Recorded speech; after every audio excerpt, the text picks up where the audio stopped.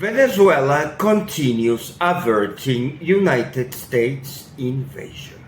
Defense Minister Vladimir Padrino López informed that the last zone of defense of Great Plains states Barinas, Portuguesa, Cojedes and Guárico was successfully completed. Thus, the whole territory is already covered by our military forces and militias waiting for invasion to start. Minister of Interior and Justice Diosdado Cabello was at Carayaca in the Ávila Mountains next to Caracas, requesting farmers to use their machetes as their weapons for guerrilla asymmetric warfare if necessary. The scenario of a Vietnam-like war increases as United States continues planning war into Venezuela, including Central Intelligence Agency CIA, undercover units, which of course have not been authorized by the constitutional government of Venezuela and shall be arrested once detected. History shows us the decree of war to the death proclaimed by Liberator Simón Bolívar in 1813. On that occasion, we were victims of Spanish colonization, while today we are victims of United States invasion. In both cases, there must be a well-defined boundary between supporters of the colonizers and supporters of the Venezuelan patriots defending our sovereignty. Spaniards and Canarians then, and United States citizens and their useful pawns today shall be put to death if war were to occur. However, they will be immediately pardoned and welcomed into the Venezuelan society if they explicitly surrender their claims to either Spanish crown in the past or United States supremacy in the present. Those who until recently have sided with United States occupation forces and yield to the defense of Venezuelan sovereignty as we deter United States invasion shall be guaranteed their liberty and their properties. However, if they choose to support United States invasion, they will be called as traitors to the homeland and will deserve immediate imprisonment.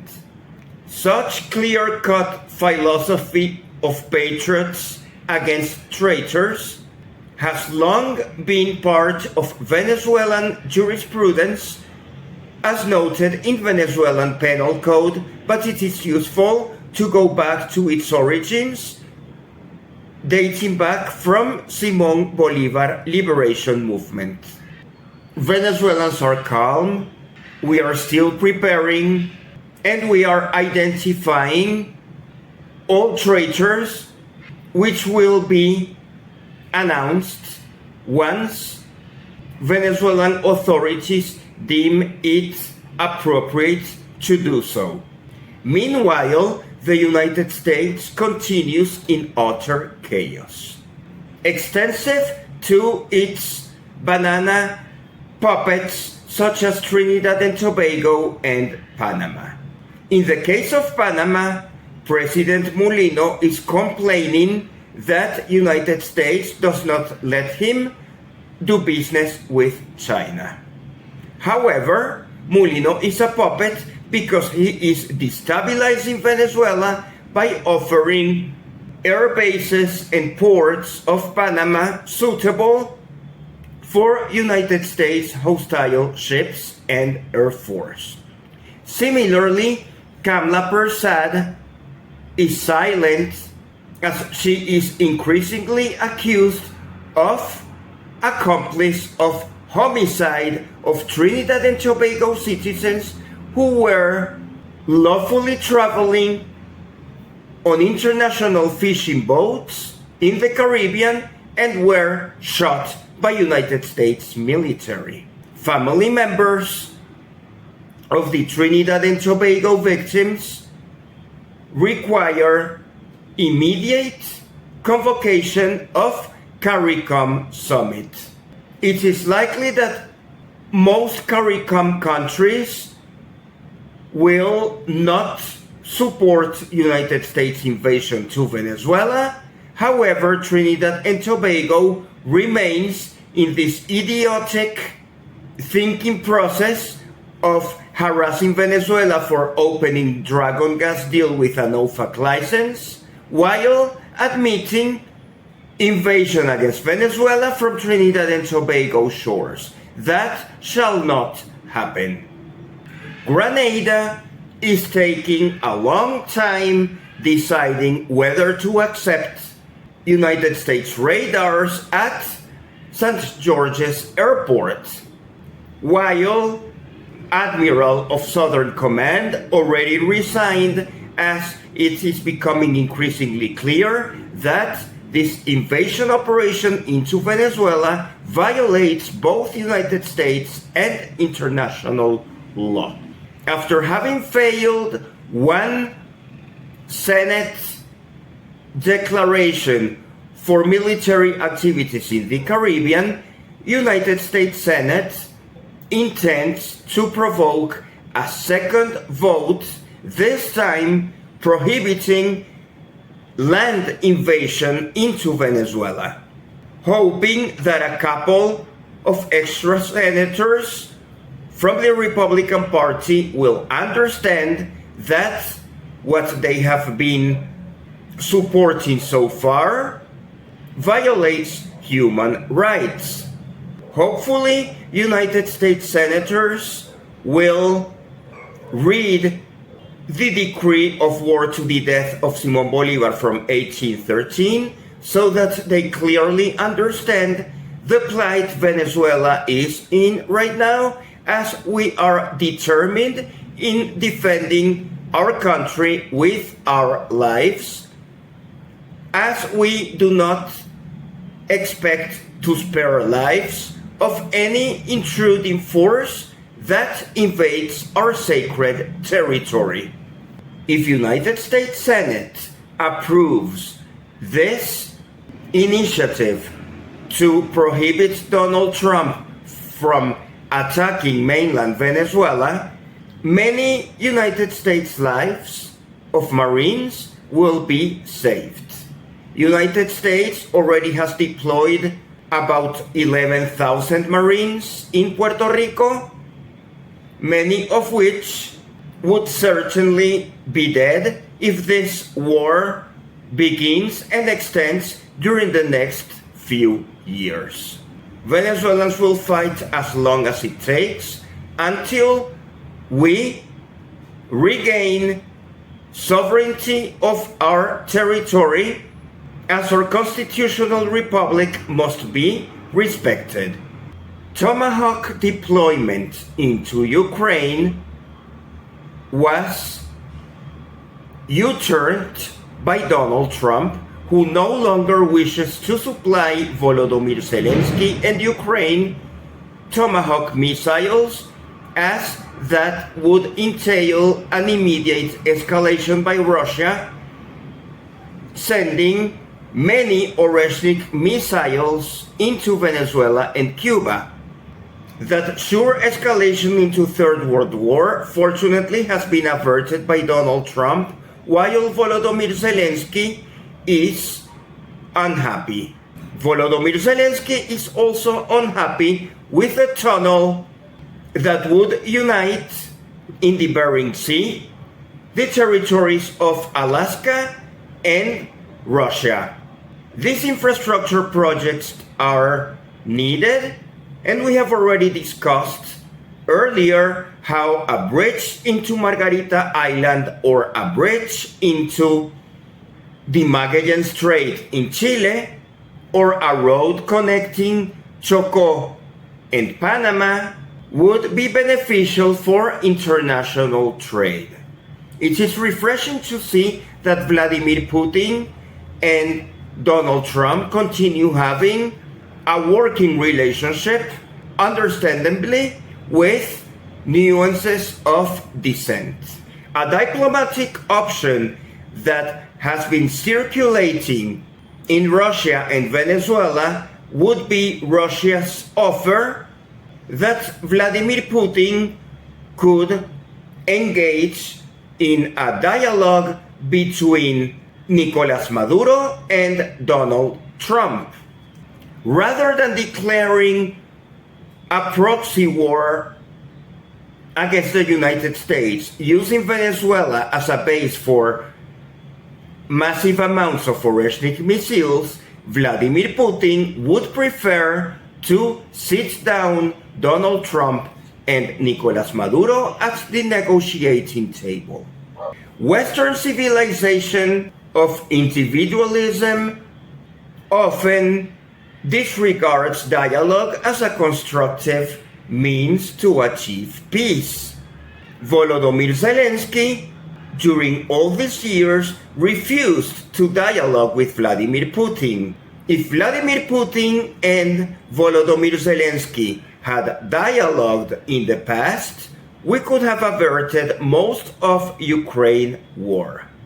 Therefore, it will be of interest the communication techniques used by the Russian Foreign Ministry to convey to Donald Trump that it is time to stop war on Venezuela and sit down at the dialogue table.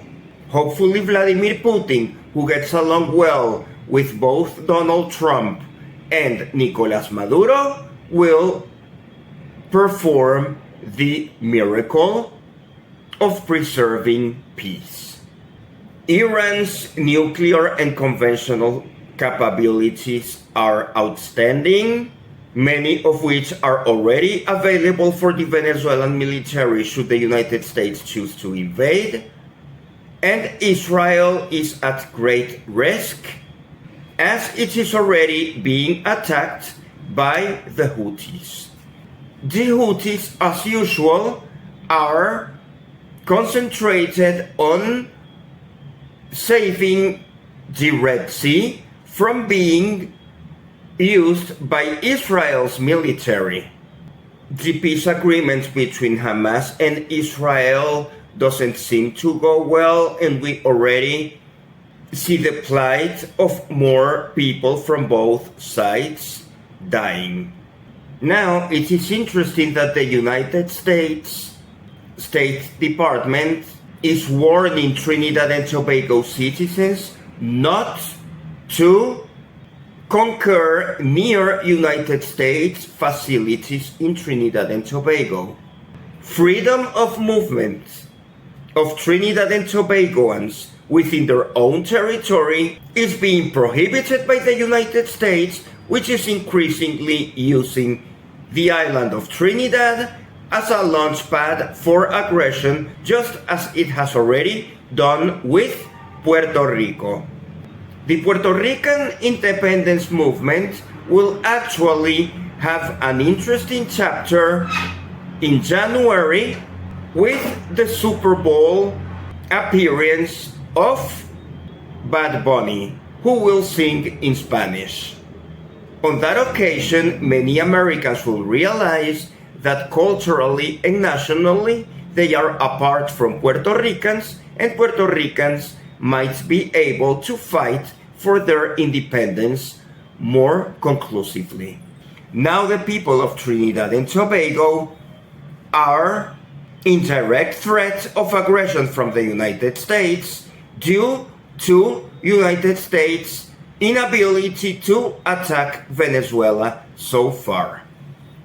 Venezuela has been waiting for United States aggression, and reports suggest that the United States generals are thinking about it, especially after the resignation of United States Southern Command Admiral. What they plan to do violates international law, and it will be difficult as Venezuela counts with state-of-the-art equipment.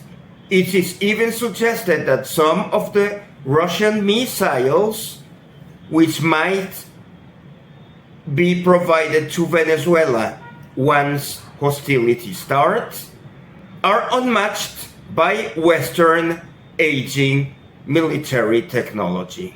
United States has not been able to win any war since World War II, and even World War II, most of the battles were conducted by Russia and China. Russia by that time was the Soviet Union, while the United States just appeared late in a few battles in France and Western Germany. Narratives, however, continue in need of aggression, while the Nobel Prize of Peace is in serious jeopardy, as Maria Machado already confirmed that she will be unable to collect the award in Oslo, as she will not be able to leave Venezuela as she remains in clandestinity, which sounds like claudication. Venezuelans are concerned on what would be the destiny of Maria Machado, because she would be negotiated for exile into the United States as part of the Trump-Putin-Maduro talks.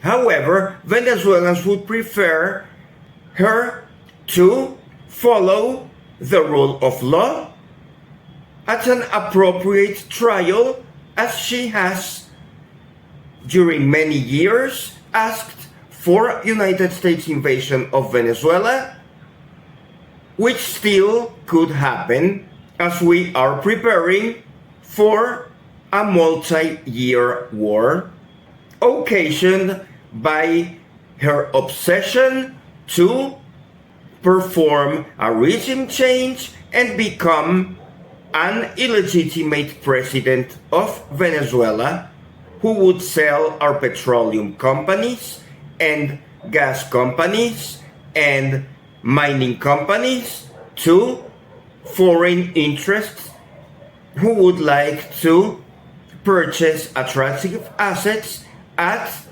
bargain prices. Venezuelans will not let further looting of our country happen. We have already lost Citgo refineries, and we have already lost our gold deposited in banks of the United Kingdom. We shall see how will be the Russian claim to all their assets in British and European banks, as they are also seized. India is offering to buy Russian crude using yuan. Venezuelan authorities should start using yuan payments rather than cryptocurrency USDT. Yuan is slowly becoming the currency of choice for international transactions, and it is about time that Venezuela moves away from the dollar sphere of influence by conducting all its petroleum and gas sales in yuan, which would provide clearer accounting pursuant to international rules rather than sanctioned limitations from the United States. Venezuela's petroleum production has recently achieved 1,100,000 barrels per day, mostly exported to China, and Venezuela's best bet is continue opening our petroleum industry to Asian companies, while the discount prices we provide to our customers eventually are transferred to regular petroleum prices, which are in a bearish trend as many producers produce petroleum and expensive United States shale producers might have to close operations. These petroleum price fluctuations are one of the main reasons why the United States wishes to invade Venezuela, because if the United States can appoint a puppet, illegitimate government in Venezuela, they would open up massive Venezuelan resources to the grid of American corporations. Fortunately, Venezuelan military does not seem eager to allow that to happen. Narratives from regime change always neglect what would happen the day after if they successfully can topple high-ranking officials, because the Venezuelan military would not support an imposed presidency from the United States. Perhaps we will follow the steps of Peru, who is changing presidents every once in a while. However, the best case scenario remains that Vladimir Putin can convince Donald Trump to dialogue with President Nicolás Maduro to completely avert war. However, even if there is a pause in the escalation, it is unlikely that Venezuela will trust the United States for a very long time, because we feel absolutely betrayed. We have been one of the most Yankee supporting countries in the entire planet during many decades, and now they are just invading us as if we were a disposable, perishable asset. Venezuela is a country that liberated the rest of South America, and we look forward to liberate ourselves from the threat of foreign invasion as we seek to continue developing our economy through trade deals with countries that were usually neglected by the superpowers. The friendship from Caribbean countries will be cherished forever. In these times of trouble, the peoples of Grenada, even Trinidad and Tobago, their people, not their government, St. Vincent and the Grenadines, Antigua and Barbuda, Barbados, St. Kitts and Nevis, Cuba, of course. Caribbean countries have been extremely supportive of Venezuela's desire to maintain the Caribbean as a zone of peace, and once this nightmare is over, we shall dedicate our best efforts to unify the Caribbean Sea in spite of various languages and cultures melting as a great international example for world peace. Decree of War to the Death by Simon Bolivar, Brigadier of the Union, General-in-Chief of the Northern Army, Liberator of Venezuela. Venezuelans, an army of brothers sent by the Sovereign Congress of New Granada has come to free you, and it is already amongst you after evicting the oppressors from the provinces of Mérida and Trujillo. We are the ones sent to destroy the Spaniards, to protect the Americans, and to re-establish the Republican governments that formed the Confederation of Venezuela. The states covering our arms, weapons, are once again ruled by their old constitutions and magistrates, fully enjoying their liberty and independence. For our mission is only to break the chains of servitude, which still oppress some of our peoples, not claiming to create laws or enforce acts of domination which the right of war could authorize us to do. Touched by your misfortunes, we could not indifferently watch the afflictions inflicted to you by the barbaric Spaniards, who have annihilated you with robbery and destroyed you with death, infringed the most solemn treaties and capitulations, in one word, committed every crime, reducing the Republic of Venezuela to the most horrific desolation. It is so that justice demands vindication and necessity forces us to take it. May the monsters that infest Colombian soil and had covered it with blood disappear for good. May their punishment be equal to the magnitude of their treason, so that the stain of our ignominy is washed off, and to show the nations of the universe that the sons of America cannot be offended without punishment. In spite of our just resentments against the iniquitous Spaniards, our magnanimity still deigns itself to open for the last time a route to conciliation and friendship. We still invite them to live peacefully among us, if, hating their crimes and turning to good faith, they cooperate with us in the destruction of the intruding government of Spain and the reestablishment of the Republic of Venezuela. All Spaniards who do not conspire against tyranny in favor of our just cause, using the most effective and active resources, will be considered enemies and will be punished as traitors to the homeland, and therefore will be promptly executed. On the other hand, a general and absolute pardon is issued to all Spaniards who pass into our army with or without their weapons, to those who offer aid to the good citizens working hard to shake off the shackles of tyranny.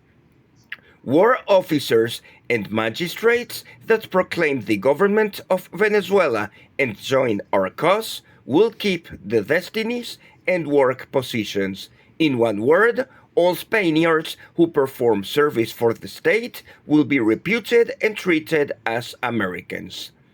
And you, Americans, who have been separated from the road of justice by error and perfidy, know that your brothers forgive you and seriously regret your misdeeds, intimately persuaded that you cannot be guilty, and that only the ignorance and blindness imposed on you by the authors of your crimes could cause you to perpetrate them.